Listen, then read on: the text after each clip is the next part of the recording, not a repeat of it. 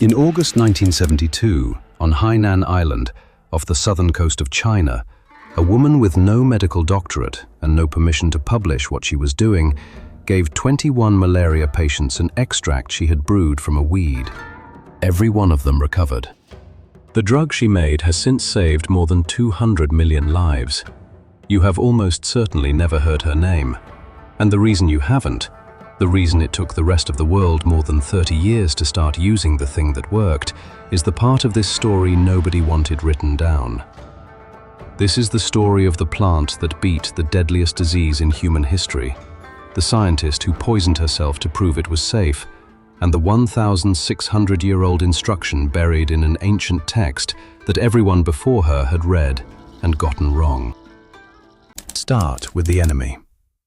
For most of recorded history, malaria has killed more people than any other single cause on Earth. As recently as 2004, it was taking 1.6 million lives a year in sub-Saharan Africa alone, and by 2010, it was still killing more than 1.2 million people a year worldwide. And by the 1960s, the one drug holding it back was failing. Chloroquine had been the frontline weapon for decades. Then the parasite, Plasmodium falciparum, started shrugging it off. Resistance spread country by country, and the backup drugs were losing their grip at the same time. The world was in a corner. The deadliest organism on the planet was becoming untreatable, and the Western drug companies that should have led the response had nothing. The breakthrough, when it finally came, would not come from any of them. It would come from a secret on the other side of the Cold War. The cure was born on a battlefield. By the mid-1960s, the war in Vietnam was being lost to mosquitoes as much as to bullets. Malaria was tearing through the North Vietnamese army. In some battles, it cut their fighting strength in half, and in the worst cases, it disabled 90% of a unit. More men were falling to the disease than to combat. So North Vietnam did the thing governments only do when they're desperate. Ho Chi Minh went to China and asked for a cure.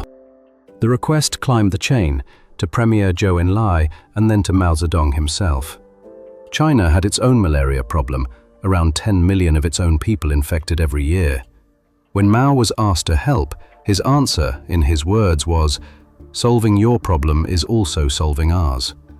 On May 23, 1967, at a secret meeting in Beijing, the Chinese government launched a classified military operation to find a malaria cure and named it after the date it began.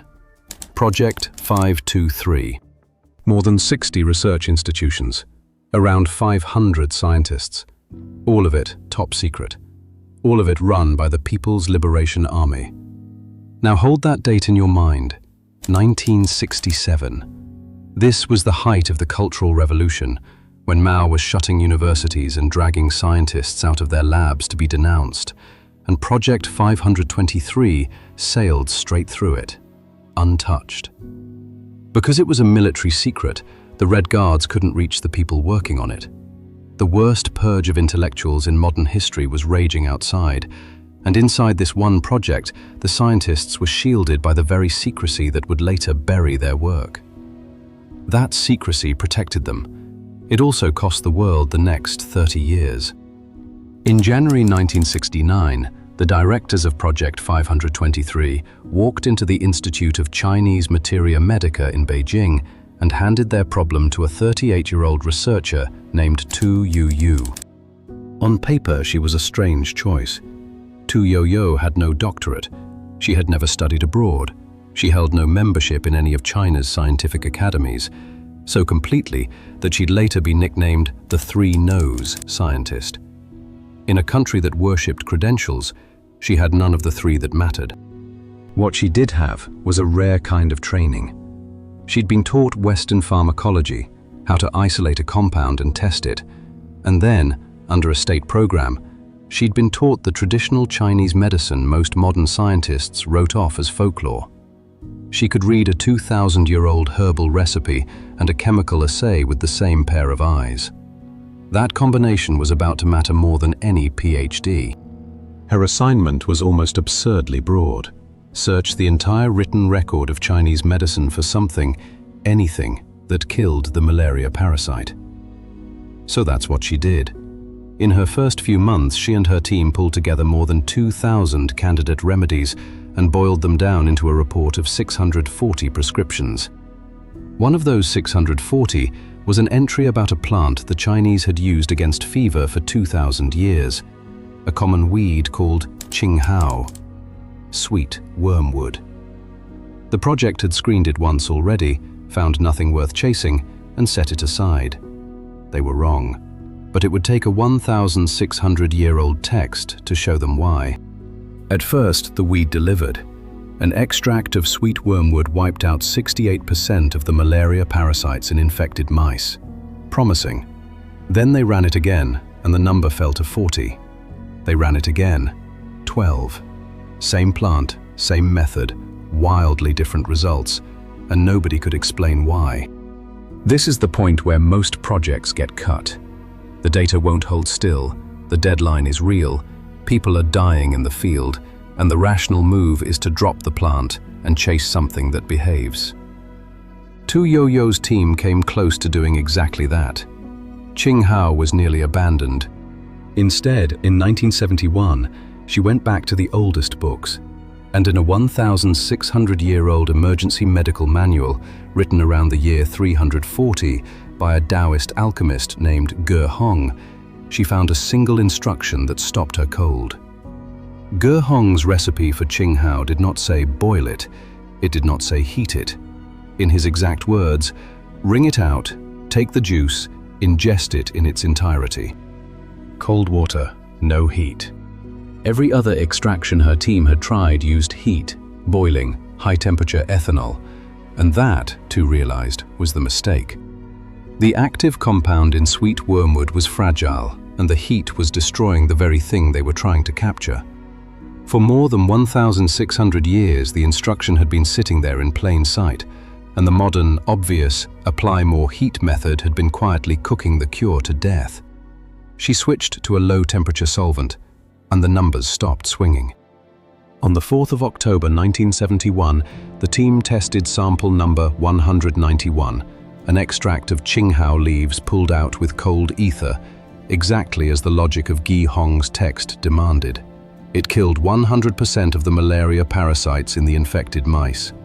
The same extract that had been swinging between 12 and 68% was suddenly completely lethal to the parasite. They ran it again to be sure. 100%. Again, 100%. But a result in a mouse is not a cure in a human, and there was only one way across that gap. Before Tu Youyou would put her extract near a sick patient, she tested it on herself. She and 2 colleagues checked into a Beijing hospital and took the drug into their own bodies to see if it would harm them. It nearly had already. Working in an unventilated lab, breathing ether fumes for months, Tu had given herself toxic hepatitis. Her husband remembered her coming home reeking of solvent. She had been slowly poisoning herself to make the thing, and now she was deliberately swallowing it to prove it was safe. It was. In August 1972, she took her extract to Hainan Island and gave it to 21 malaria patients, some carrying the mild form, some carrying the killer, falciparum. Every one of them recovered. Their fevers broke, the parasites vanished from their blood, and the drug outperformed chloroquine, the very drug the world was losing. A weed, an ancient instruction to skip the heat, and the deadliest disease in human history, beaten in 21 people who, in another year, would most likely have died. She had it. Now the only question was how long it would take the rest of the world to listen. By the end of 1972, the problem was solved. A cheap, effective, plant-derived cure for the world's deadliest disease existed, tested and proven in human patients. The malaria crisis should have been over within a few years. It would take almost 30. The discovery was a military secret, and secrets don't travel. Project 523's results couldn't be published. When the first paper on artemisinin finally reached an international journal in 1979, it carried no author's name at all, credited only to an anonymous, coordinating research group. The most important drug discovery of its era went out into the world with no one's name on it. Then the world outside China simply didn't take it. When Chinese scientists presented artemisinin at a WHO conference, the reception was skeptical, and their factories didn't meet Western manufacturing standards. A planned collaboration with a US Army Research Institute collapsed in the early 1980s over Cold War mistrust, and rather than work with the Chinese, that same institute went looking for the plant growing wild in Washington, D.C. to start its own version from scratch. Keith Arnold, an American who had worked on malaria research at the same time, later put it plainly. Millions of dollars were poured into replicating work the Chinese had already finished years before. So the clock kept running. The WHO did not recommend artemisinin combination therapy as a first-line treatment until 2001. Chinese-made artemisinin drugs weren't listed for international procurement until 2007. From the moment those 21 patients walked out of a Hainan clinic cured, more than 30 years passed before the world fully committed to the thing that cured them. Not because it didn't work, not because there was anything better, not because anyone had a reason they could say out loud, but because of where it came from, who found it, and an institutional reflex that couldn't accept the answer had arrived from the wrong side of the world. And malaria does not pause while institutions make up their minds. Through every one of those 30 years it kept killing, north of 1 million people a year, year after year, while the cure sat finished on a shelf.